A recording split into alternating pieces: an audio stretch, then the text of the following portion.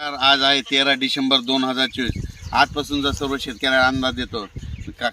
सर्वप्रथम कांदा शेतकऱ्याला सांगू इच्छितो की तुम्ही काय करा, 20 तारखेपर्यंत तुमचे कांदे काढायचे असेल तर काढून झाकून ठेवा. कारण की राज्यामध्ये 21 डिसेंबर ते 26 डिसेंबर राज्यात अवकाळी पाऊस पडणार आहे, भाग बदलत पडणार आहे, दररोज वेगवेगळा भाग घेत जाणार आहे. म्हणून हा अंदाज लक्षात घ्यायचा.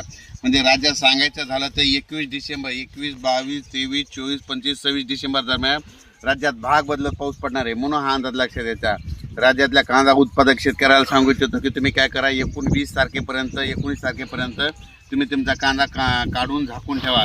कारण की राज्यात अवकाळी पावसाचं वातावरण आहे. म्हणून हा अंदाज लक्षात द्यायचा. राज्यातल्या परत एक तुम्हाला एक सांगू इच्छितो, वीट भट्टीवाल्याला सांगू इच्छितो की तुम्ही काय करा, 20 तारखेपर्यंत तुमच्या विटा वाटल्यास कच्च्या असल्या तर झाकून ठेवा.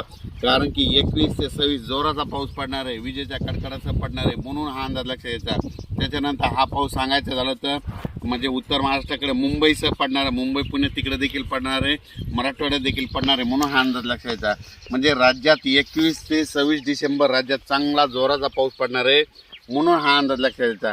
राज्यात एकंदरीत परिस्थिती बघितली तर सर्व शेतकऱ्याला सांगू इच्छितो की आता 19 डिसेंबरपर्यंत थंडीचं वातावरण तीव्र थंडी राहणार आहे. म्हणून हा अंदाज लक्षात द्यायचा. म्हणजे चांगली राज्यामध्ये थंडी खूप राहणार आहे. म्हणजे 19 तारखेपर्यंत राज्यात थंडी राहणार आहे. 20ला लगेच राज्यात आभाळ येईल आणि 21ला लगेच बऱ्याच ठिकाणी खूप आभाळ दाटून जाईल आणि मग 21 तारखेला म्हणतात राज्यात ठिकठिकाणी पाऊस पडलेला दिसेल.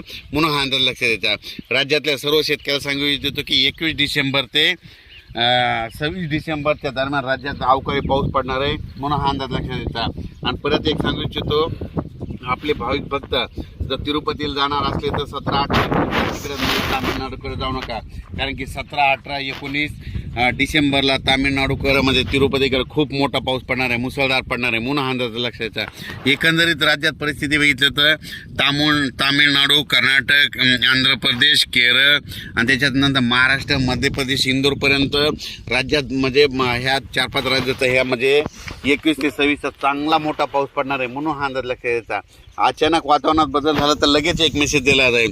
पण राज्यातल्या सर्व शेतकऱ्याला सांगू इच्छितो की तुम्ही काय करा, ज्यांचा कांदा काढणी तर आणि पुन्हा विशेष म्हणजे मका देखील बऱ्याच शेतकऱ्यांची काढणं चालू आहे. तुम्ही काय करा, बऱ्याच शेतकऱ्यांची उत्तर महाराष्ट्राकडे गेल्याच्यानंतर मका अशी उघड्यावर टाकलेली, तुम्ही काय करा मका काढून वाट्यात झाकून ठेवा.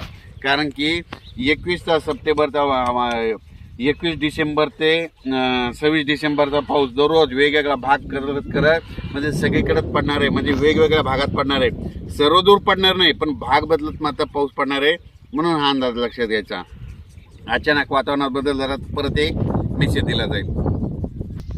हे पाहू शकतात. हे आपला 23 ऑक्टोबरचा क्षण आहे. याला 3 पाणी झाले तर तीन फवारण्या देखील झाल्या आणि हे पाहू शकता. पण राज्यातल्या द्राक्ष बागायत शेतकऱ्याला सांगू इच्छितो की तुम्ही काय करा, 20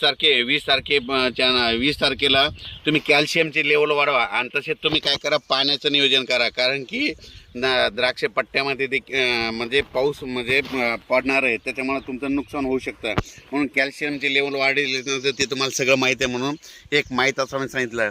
राज्यातल्या सर्व शेतकऱ्याला सांगू इच्छितो की राज्यामध्ये आपली जनावरे, पाळीव प्राणी म्हणजे 21 ते 26 डिसेंबर दरम्यान उघड्या बांधू नका, झाडाखाली बांधू नका. कारण की विजेच्या कडकडासह पाऊस पडणार आहे. म्हणून हा अंदाज लक्षात द्यायचा. अचानक वातावरणात बदल झाला तर लगेच एक मेसेज दिला जाईल. धन्यवाद.